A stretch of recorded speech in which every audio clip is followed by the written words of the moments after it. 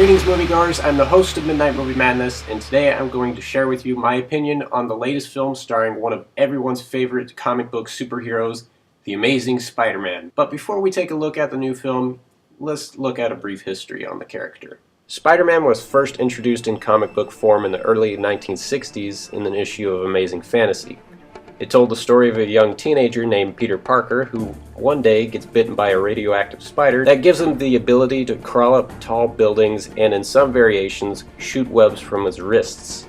He then decides to put these amazing abilities to some good use by fighting criminals and supervillains that terrorize the streets of New York City. The film adaptation didn't come by until 40 years later, with Tobey Maguire playing the lead role and Sam Raimi directing it.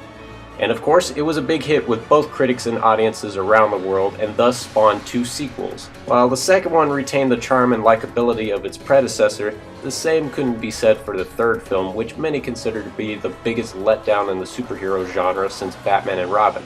Despite how successful the third movie was, Sony Pictures decided to pull the plug on the potential fourth movie and decided to flat out reboot it just like Batman and James Bond. So, in this movie, we're gonna watch the exact same thing that we saw 10 years ago.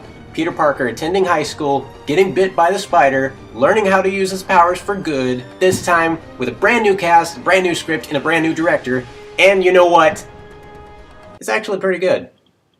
At the very beginning of the film, we get to see Peter Parker's parents, which we'd never seen in the original movies, but it was very important in the comics. But in this one, we get to see his parents, just freak out, grab all their stuff, and just leave. Pretty douchey if you ask me. Peter Parker finds a few clues that lead up to this place called Oscorp, and we get to see Dr. Connors, the one-armed scientist who's working on something big with Peter Parker's father that would potentially change the world as we know it. He finds a whole nest of genetically engineered spiders, and we all know where this is going to lead up to.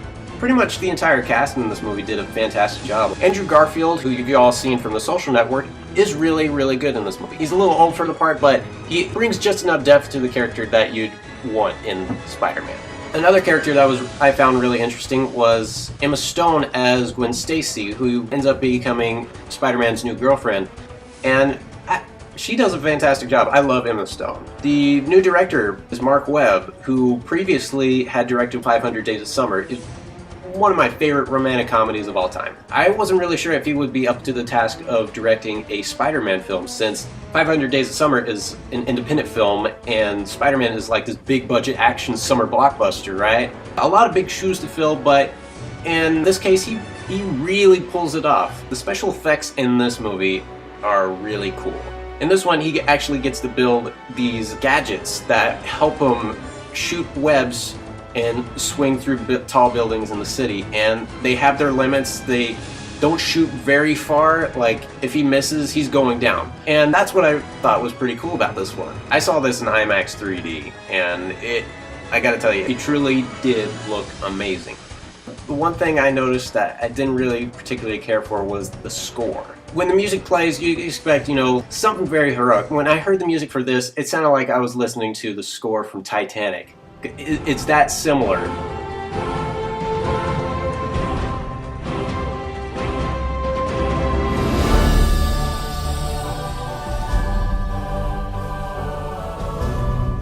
The villain in this movie, the lizard, Dr. Connors, I thought the character was more of an inconvenience. It's hard to find this guy threatening when he has a permanent smile across his face. He's like, I'm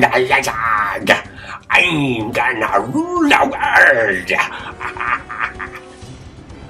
Since this is a reboot, it seems like Christopher Nolan's Batman movies are influencing most of the reboots that are going on in Hollywood, which is kind of good and yet kind of not. It's hard to watch a movie that's trying to be dark and realistic when you have a giant mutant reptilian monster rampaging through New York City. It sounds silly when you say it. I mean, nobody would buy it. I think making it just as dark as the Christopher Nolan movies are, it was a little bit of a mistake, because it takes out a little bit of the fun in Spider-Man, because Spider-Man is very fun, and very colorful, and very bright. It's something most families can come see, and this one is kind of alienating its own audience. So despite my criticisms, I still enjoyed the movie very much. I just didn't love it as much as I'd hoped.